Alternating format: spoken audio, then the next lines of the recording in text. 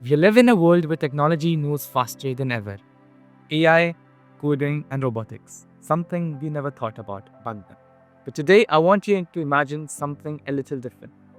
Imagine an tech company teaching kids how to code 10 years ago, back in 2014, when AI coding never even existed. Well, that's exactly what Cybersquare did, and today we're thrilled and honored to have the man behind it all, Mr. Harris, CEO and founder of Cybersquare, an edtech company that empowered hundreds of students with a skill that will shape the future. Welcome, sir. Thank you. If you look at Cybersquare today, the students, the global impact, and the exposure across the globe, it's all a fascinating story to tell. So, how was the beginning like, and what was it about at the beginning? Like, what did you present first? Uh, I'm assuming that you know that Habitat School started in 2014, right?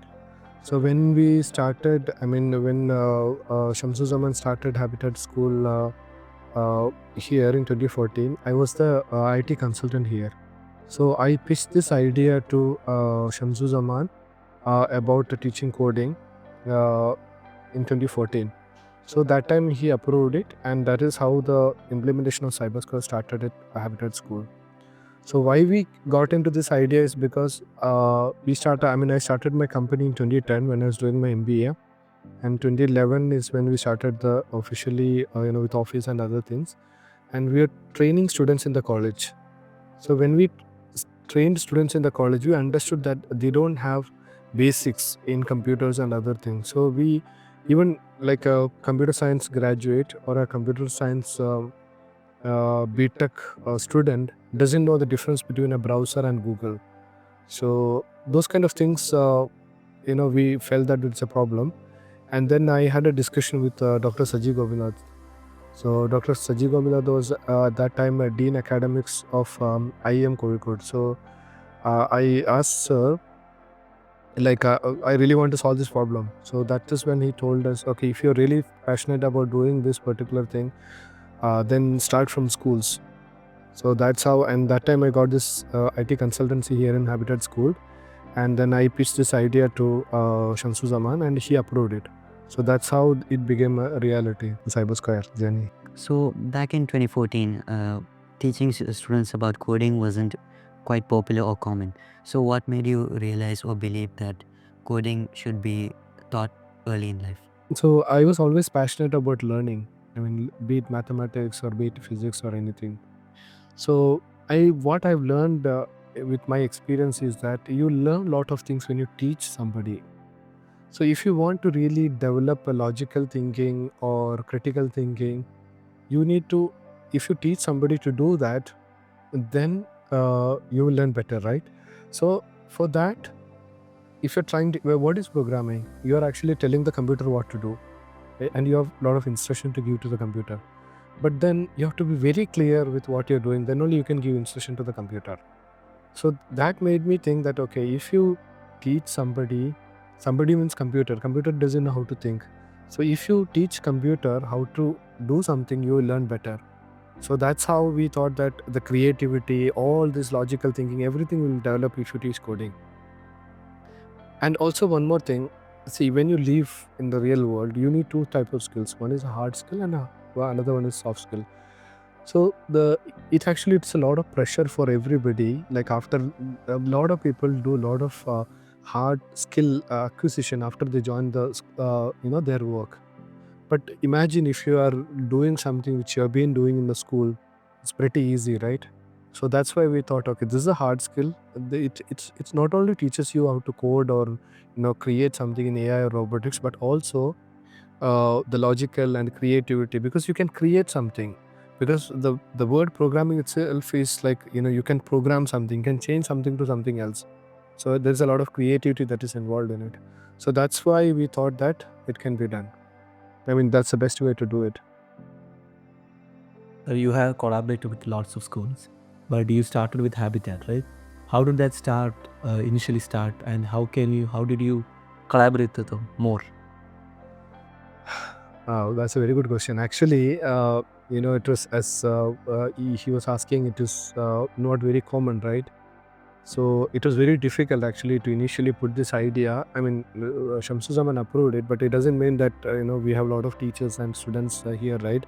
So whether they will accept it. So at that time, the CEO Adil CT and then Dean of Academic Affairs Wasim, they helped me actually put this into action. For example, like you have an idea, but then you need some people to support you to make a behavioral change. Because see, the moment I tell somebody that okay, we are teaching coding as part of a curriculum, why nobody else in the world is doing it? So why do you want to do that? Then you cannot say that okay, AI is going to come in 2022. I didn't know that AI is going to be popular in 2022 and 2014, right?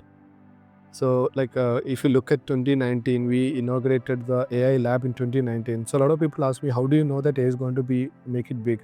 But it's actually a pattern that if you look at it, it will evolve. Like in internet, computers evolved, internet is evolved, AI is also evolving, robotics will also evolve.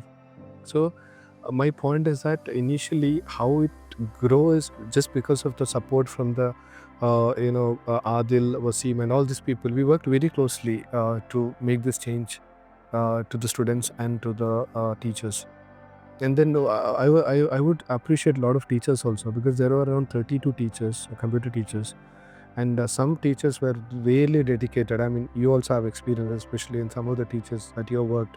They really love you, right? So that was something like we are really lucky about Habitat School. So the teachers had they also had a passion. They also wondered like, okay, if my student go to any competition, they should win. And I said they will win because they are learning it from very childhood. So it will naturally come to them. It will not be an acquired thing. It will naturally come. So that was the thing. Sir, you always talk about how coding doesn't just help a student or a child with just computers and all or AI, but also it helps them with their careers and lifestyle. Well, what exactly makes you like think like that, and how does that work? Okay, so sir, again, see, you. Some people ask me like, okay, why do you want to teach everybody coding? Because not everybody is going to be a programmer. Okay, but my question to them was that everybody uses a computer, right? Computer means whether you are an doctor, whether you are a lawyer, you have to use a computer. Imagine a doctor who knows how the robotics work and how the computers work. He will be definitely a better doctor than a person who doesn't know all these things, because all the hospitals there, you might have robotic surgery. Nowadays it's coming up, robotic surgery, or definitely you will have somebody using the computer, right? So otherwise, if that is not the case, it will be a pressure for the doctor itself. So anyway, the students are spending time in the school. So if everybody knows how the computers really work, then it will help them in their life, irrespective of whether they go for computer programming or other subjects. And one more thing in that I noticed is when I went to the colleges to teach, a lot of people were there. They just took computer science because somebody told that it's a good thing to do, or maybe you will have a better career perspective, and they don't know what they're going to do as a computer engineer. So if you teach them this is what you're going to do after you become an engineer, then you know that at least you know that I don't have to go to computer science because I don't like that. So you have that knowledge and then you decide it, rather than join. Then 4 years you're gonna struggle with it, and those kind of things can be avoided. So I look at a world where stress is minimum, like it's easy to live. So if you have knowledge, then stress reduces, right? If you experience in something, the stress level will actually reduce. So that's the idea. So, sir, my question was AI, robotics, coding. It's something which is interesting. However, parents think that it's really complex and they shouldn't let the child who's young to learn it. So, what do you think is the proper age a child should learn and start developing these skills for AI, robotics, and coding? Do you think like starting a TV is very difficult? Like just switching on a TV, is it very difficult? Huh? You can do, right? And do you know when I got TV when I was in my 4th grade in my home, and we used to have that antennas. Okay, so my mother used to think that I am a technocrat just because how I knew how to switch on the TV. So now if you ask, is it complex? Even my mother knows how to switch on a TV now, right? So the whole thing is that they think it is I don't blame them. They think it is complex because when they were born, it was not there. I came to know about computers when I was in 8th grade, and I can guarantee that out of 1,600 students in my school, only 40 students got access to the computers at that time. And other students, they saw computer. My first computer I got was in my second year of degree. I mean, my BTech. Can you imagine that? Now the students are born into this, right? So it's only the worry, the over concern of the parents that, it's going to be complex for them. But it's not like that. For example, for me, learning English was complex because in my hometown, I am coming from Kerala, where we never used to speak English. But then you imagine a student here, it comes naturally to him, right? Him or her. That's the idea. So it is not complex. Nothing is complex. And some people have told me, like, you speak Malayalam, how it's very complex. You can imagine, right? How can somebody learn Malayalam? But Malayalis know it is not complex. So that's how it is. So it's their feeling. So we have to educate them. Okay, this is something which is required. Yeah. Even I had an engineer arguing with me that, I don't want my girl to learn this. But then girl was really interested. Then I didn't say the benefits of it. I said that, just let her be happy. If she likes to learn it, let her learn it. It's not bad. So why do you need to specifically start learning coding in school rather than from college? It's the same thing. Okay. See, imagine you're learning mathematics in college. What will happen? You will be starting with integration, differentiation, right? It will be very difficult for you. Okay. Then you're learning 1, 2, 3 when you are in KG, right? So the same way, see, there are a lot of basics about programming or AI that you can learn from childhood. So it will reduce a lot of stress. And this is actually a big problem also. If you don't teach AI, coding and all these things in the school, the students will naturally feel that these things are complex because they are getting exposed to it in the college. Okay, then people will join AI again for the same reason. Why they will join AI, ML? Because they think that they will get a job, but they don't know whether they are interested in or not. And it is a very complex thing, and they don't know that there is a lot of mathematical things around it, and they will get confused, and then they will say that, oh, it is very tough and I cannot continue this particular thing. So again, as I said, there's a lot of stress there that gets created if you start trying to learn something at a very when you get older, trying to learn new things are very difficult. So it's always better to start at a very young age, and then that time you don't think, right, whether it is required for me. Now the problem is that you tell some employee to learn something, he or she will always think that whether it is good for my career, but you don't look at that. Okay, I want to learn it. It's good. I mean, good to know this particular thing. So that is the passion that a child is having. Look at a baby. You give a toy, they will try to break it, right? How many toys you must have broken? You don't know why you are breaking it, right? Yes. You broke it because you want to know what is inside. So that particular thing is there in our innate, that mentality or passion is there to learn more. But then what happens is that when you get older, you will get scolding if you break something. You break a alarm. I mean, I have broken alarm clocks and all at home. So, but then it is like, oh, don't open it. That don't do this. So that thing actually develops certain things that, oh, I don't want to, like, let me not touch anything. So I'm not breaking anything. That is, it happens over a period of, that's a learning. Okay. So, when did you realize, or what position in your life made you realize that technology education is prior to critical thinking in a child's life? Again, when you develop a system, since you have developed a system by yourself, you have to always think if and buts, right? Okay, if this happens, what will happen? If there is rain, you develop a system, if rain, this happens. So this is a basic thing that you need to have. Okay, if I'm starting a business or if I'm doing something, what if this happens? This kind of things. If you really look at it, this is kind of a programming thing. Okay, I mean, I know once Elon Musk said that even the world itself is a somebody else programming. We are living in a world where somebody else did a good programming, and even I think that is correct sometimes, because you do anything, the law doesn't change, right? For example, like you drop a ball, it will always go down, right? Imagine that is changing, that those kind of things are changing, but it doesn't change, right? Yeah. So my point is that when you do this programming and other things, you will start thinking about how this will be connected, how that will be connected, what will happen. This kind of things is called um, critical thinking. So the way it is structured, the way what you have to do is actually requires critical thinking. So your brain will be wired in that particular way. It's common for people to say that AI will take over jobs in the future and regular jobs will be replaced by AI. So, what skills do you think that students need to acquire so they basically don't get their jobs too? See, first thing is learning capability should be there.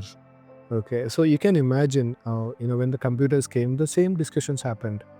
Computer is going to take away the jobs of everybody. The same way, so the same discussion is happening, and humans, they will not get satisfied with the speed. And when the interview started, you said telling the technology is, nowadays the technology is changing so fast, right? But if you really look at the history, it was always like that. That means when the electricity came, everybody thought that it is changing the whole world, right? Because before that, electricity was not there. When the cars came, before that, they were using horses, right? When the cars came, oh, it's a technology revolution. When the photos came, it was a technology revolution. Video calling came, internet came, technology revolution. My point is that every generation thinks that now we are in a world where technology is changing rapidly. Every generation. What I'm trying to say is that, and the humans will not find it enough. That speed is never enough. So my point is that the AI will come. Again, when the computers came, they fired a lot of people, and then the whole industry, the IT industry in India, everything started because of computer, right? The same way, a lot of things will come in that way. But then, if you don't, if you're not ready to change, you'll be left out. For example, typewriter. Yeah. I studied typewriter when I was in my 8th grade. And it used to pain me, like when I used to do it. And there was a typewriting institute. There used to be a lot of people going there and learning typing. Now it's not there, right? So what happened to those people who were running that telephone booth? STD, ISTD, I don't know whether you've seen that, but in my childhood it was there. If you go to London, in the streets you can still see that. There's a movie also based on that telephone booth. Like somebody gets into the, anyway, that's a movie. So my point is that if you're not ready to learn new things, definitely you'll be left out. It's not about AI. It was there always, but because of the AI speed, you will feel the pinch very fast. My point is that computers came, it took 30 years, but AI is taking only 2-3 years for the larger adoption. Okay, so when the adoption becomes faster, and then if you don't reskill fast, then your job, the chances that you lose your job will also be faster. That's the problem. So you'll see it in your lifetime that this is happening. So after 5 years, oh, I need to do something else. What am I doing? If I'm not trained to learn new things, then you can't survive, and it will create a lot of stress. But if you see that, oh, there is something new here, I want to learn about it. If you approach the whole world in that way, you will always be curious. You will have a better life. So we know how teachers play an important role in our life, but do you feel like with the rise of AI and all, the teachers' role in in the way that shapes our future changes? And some educators, mentors, and teachers, they fear AI. So what do you think about how they should feel with the rise of AI, and how they should implement it with students, especially young children that they teach? Okay. Let me ask you guys a question. Okay. So, what do you think that AI changed in the student's life? Make easier. Huh? Made easier Wait, how did it make easier in for you? terms of academics, like basically like studying itself.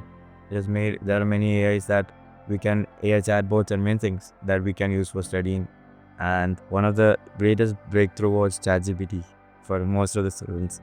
So that's how. So, in your daily life, as a student, what are the things you do, and how AI has improved it? Some doubts I have, like when I go to Google, doesn't give like a straightforward answer. And like when I ask like can you make it simple, it can obviously cannot give me, because that's the people's answer. People have submitted an answer to a specific question. ChatGPT understands the question, like AI models basically understand the question. They gave it into a way I can understand. So for many questions and for chapters, like summaries and stuff. That has helped me. See, Okay, and what about you? For me, yeah, I think AI has played a huge part because, like, before AI became a part of our daily lives and all, I can remember how, like, whenever I used to get like a homework or a topic to learn, it would like really stress me out because I'd have to spend quite a lot of time researching on it, writing notes, then memorizing it, all that. But with the help of AI, it's just like in a few clicks, everything is just in front of me. It behaves more like a teacher for me. Okay. So the idea is that you are looking at AI and then you get your result. Then it is easy, right? So earlier, who used to do that? Teachers. Not only teachers, a student in your class also used to help you to do all the assignments and all, right? So from a student perspective, what AI has done is it has democratized it. So it doesn't matter if you are a good student or a, like a student who's struggling to learn something, but the AI is there to teach you, right? Earlier, you have to rely on the teacher and the student. I mean, the student who is actually good at mathematics or something, right? And if that student doesn't like you, then you are at a loss, right? The problem is that the teachers want to teach you, but then the teachers have to take care of 200 or 300 students. So it is not possible. Okay. So do you think that when you guys learn a lot more, does it impact the teacher? It will not, right? So basically, what has happened, some of the activities that the teachers are doing, which the teacher cannot do at a scale, is done by the AI. That is from a student perspective. Now, take an life of teacher. Okay, if you ask any teacher, they are stressed out. Why? Because they have to create lesson plan. They have to do a lot of this notebook correction, and then during exams they have to write all these things. Okay, so the technology adoption in schools have been very less. So what I think is that this AI will give them some personal time, family time. So it's not that AI is going to replace somebody, but it is going to enhance the life of the teacher. And there are people who fear about AI. AI is going to do that. Those are the people who are not learning about AI. If they learn, they will learn the limitations of AI also. What are the limitations that you felt with AI till now? It doesn't have like that sort of connection, the physical, like not just physical but also like it's like not talking to a real person, and you can understand it by the way they word their like their responses. For me, it's that. sometimes it just agrees too much. Too much, okay, yeah. So yeah, so basically, the idea of AI is that it doesn't actually improve you in the way you want to be actually improved. So those kind of things can be done only by the teacher now, because those things are LLMs, right? Large language models. So they are predicting what is the next word based on so many things that has happened. But the world is not like that. But why it is working in the majority of cases? Because you are doing only things that you have done before. You have created your projects, right? Do you think AI actually solves your problem? No, it's you are also solving the problem. Because there is data, somebody has trained some data, and then it makes some guess. And the guess rights actually, it makes sense for most of the people. Why? Because they are not trying to do anything really new. So what I'm trying to say is that for the teachers, they are doing a lot of academic work which is repetitive in nature, which doesn't really add any value to the student or the teachers. So those things, if we take out, the teachers can be more productive. Personally, I feel that the teacher will be able to spend more time with their family, and also any teacher who knows about AI should try to use AI to the fullest. Okay, so it is never a threat for the teachers, and it will never be with the current AI technology. Do you think that teachers should like inspire students or encourage them to like use AI? Teachers should not encourage that, to use AI to create all these things and then write it, because it doesn't add any value. So teachers should ask questions in such a way that they will use AI and they will create something, they will add something to it. Because the teacher, if she doesn't know how the AI works, then what will happen? For example, I'll put it in a different way. You have a calculator and the teacher doesn't know that you are using calculator. Then what will teacher do? She will give like 5 digits into 10 digits, and then she will think that you are doing really fantastic, right? But if you know that you are doing a calculator, I mean, you have a calculator, you will create a question in such a way that you'll have to think whether it is multiplication or division, right? So it's the next level. So in the same way, if the teachers understand AI, they can ask questions in such a way that the AI will not solve the problem by itself, but it can go take you to the next level. Okay, but then the teacher will have to learn AI, how it works. So the students should also like contribute to the work, not just fully rely on the AI. See, the problem is that if you rely on something, what happens is, see, for example, if you rely too much on this calculator or computer, you lose that mindset, like a mentality to use your brain, right? For example, now how much is 12 into 12? 144, right? Okay, so the thing is, I know it because I was born when these things were not there. But you don't have to know it, right? It doesn't matter whether you know 12 into 12 or 13 into 12, whatever. Okay, so my point is that if you don't use your brain, then the brain capacity will erode, or it's like your normal muscles. If you go to gym, you get a good muscle physique. The same way, you have to use your brain. So my point is that you use ChatGPT in such a way that you don't give all the thinking to the ChatGPT. Use it in such a way that it will make easier for the things. Leave work for yourself. Yeah, for example, you got a big problem in physics. Okay, take a photo, it will give all the steps. You're writing it, you are not learning it. So that is not good, because your brain will not help. I mean, that will not help your brain to develop that skills that is required. That's why I always said that coding has to be there, because coding, you can't fool around with coding a lot. Actually, when you try to do something, you have to apply your brain for sure. A lot of people say that there's vibe coding. I don't think it will work now, at least now, for the time being. Just like how you predicted in 2014 that the basic necessity of a daily life, like from morning to night, AI is required. Like now it's very common in our day-to-day lives. So what's your next thought, like for the next 10 years maybe? What's the next phase of this AI revolution? See, what I feel is, do you have a washing machine at your house? Yes. How many of you had a washing machine, let's say 20 years back at home? Not many, I think, Yeah. right? But now everybody is having. So what I'm thinking is that every household will have a robot who will be doing something for you. That is one thing. Then the second thing is IoT. Now that door that you see, you don't know how many times it is opened, right? Yes. But later, now what will happen is that when it was opened, all this data you will get. Why you need data, we don't know, but then everybody will get it. Now, for example, you have watches that is tracking how many steps you are doing, right? Earlier, nobody bothered about it, but then the technology people will teach you, you have to do this thing. Okay, I have this Ray-Ban Meta glass. I bought it last year. I can take photos when I'm walking. So all these things will be a history. It will be stored there, and then now the Google Photos. You see last year what happened, right? Yeah. So you're excited about it. You don't know. I forgot that I met this guy on that day. All these things, right? So my point is that all these things will become very natural, and a lot of people will start using it. So robotics and everywhere AI will be there. AI will be not visible. Now we talk about AI. Now we don't talk about electricity, right? Yeah. So it will become like that, or computers. But then imagine 30 years back. Oh, there is a computer. Do you want to see that?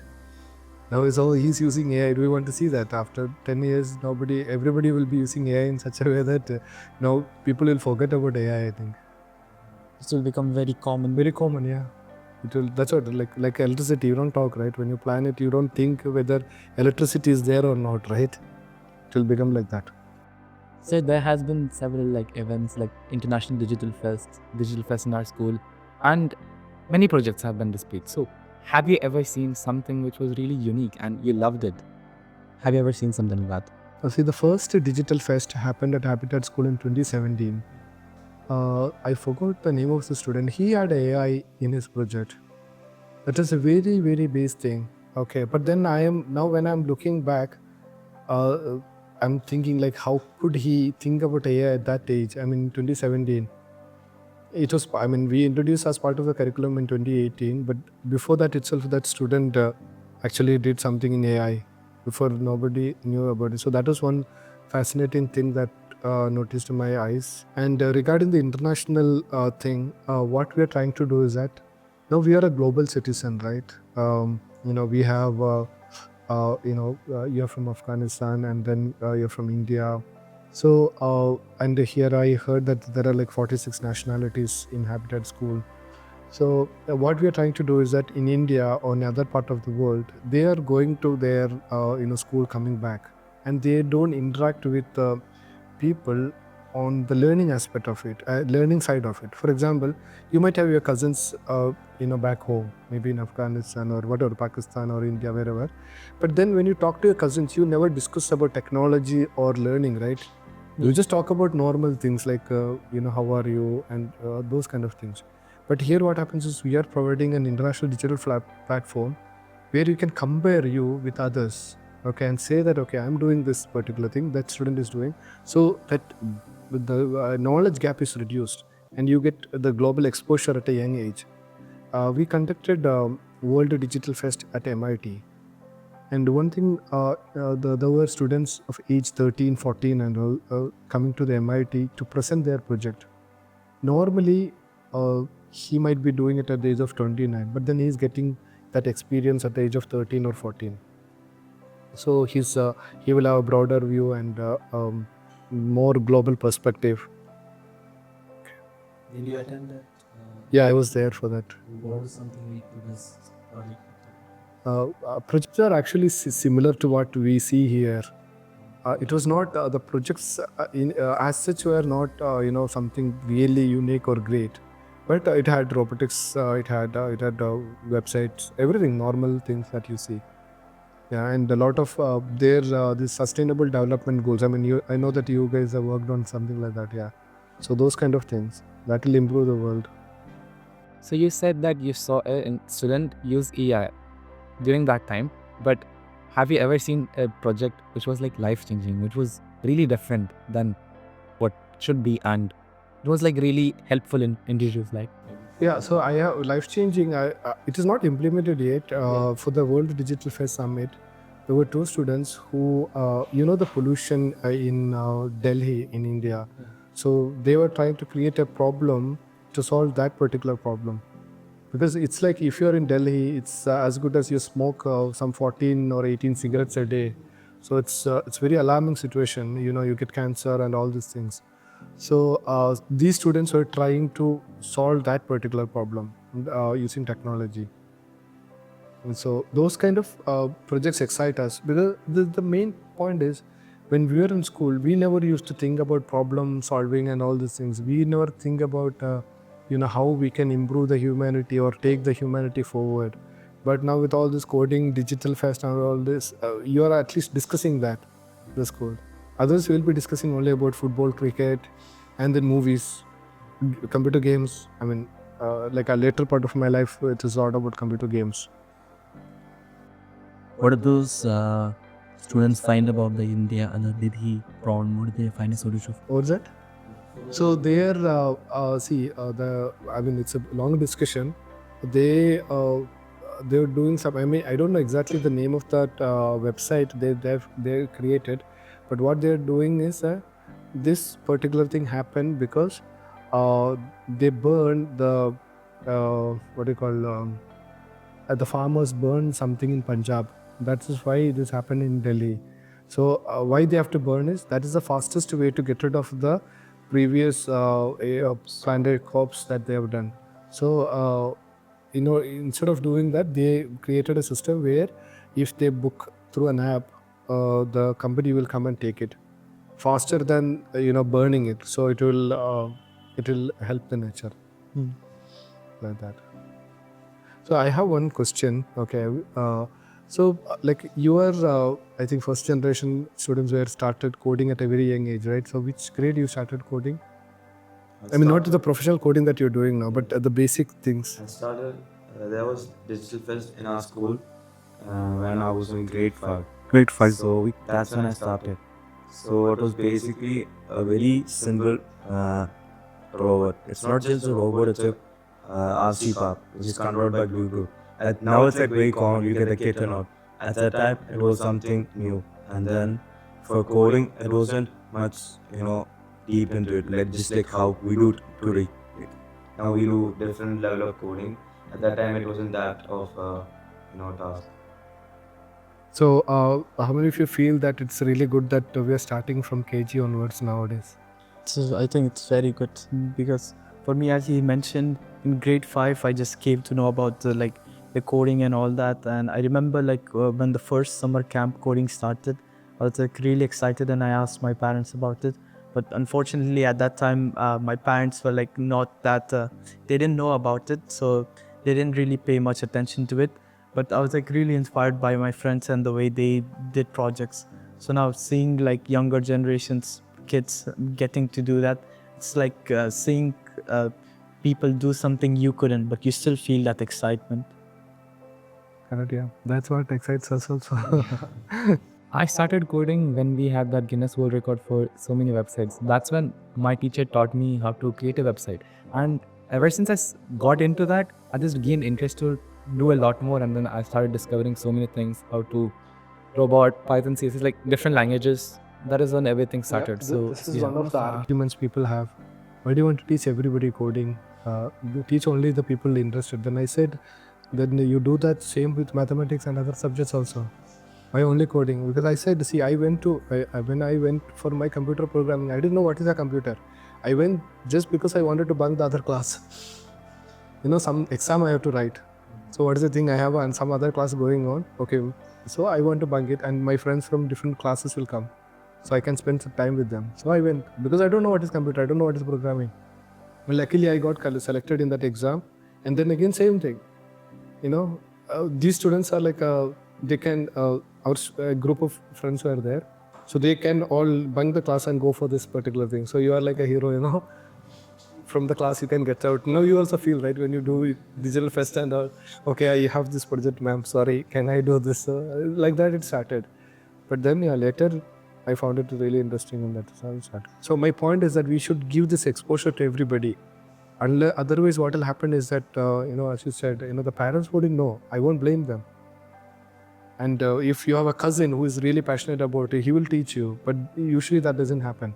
So we need to teach everybody coding, AI and robotics, just to make sure that to find out whether he's interested or not. At least, if you're not interested, you can stop learning, right? So that's the advantage I see. To just get out of the comfort zone, try new things, Yeah. and find your hobbies. They challenge you problems and solve it. Yeah. I like at your age, I cannot even think of talking about. I just talking about problem definition and the solutions and all. We are just thinking about how to get the rank so that I get into some good engineering college. That was only discussion. I'm not saying it was bad, but then we are thinking only about that. Nowadays, it's not like that. That itself is a big change. So, sir, I had one last question. What life lesson did AI and technology give you or teach you? It has reinforced my thinking about learning. See, everything, like if I understand, if you want to live a really good life and the exciting life, then you have to learn a lot of things. And with AI, what I understood is that we have to learn faster now.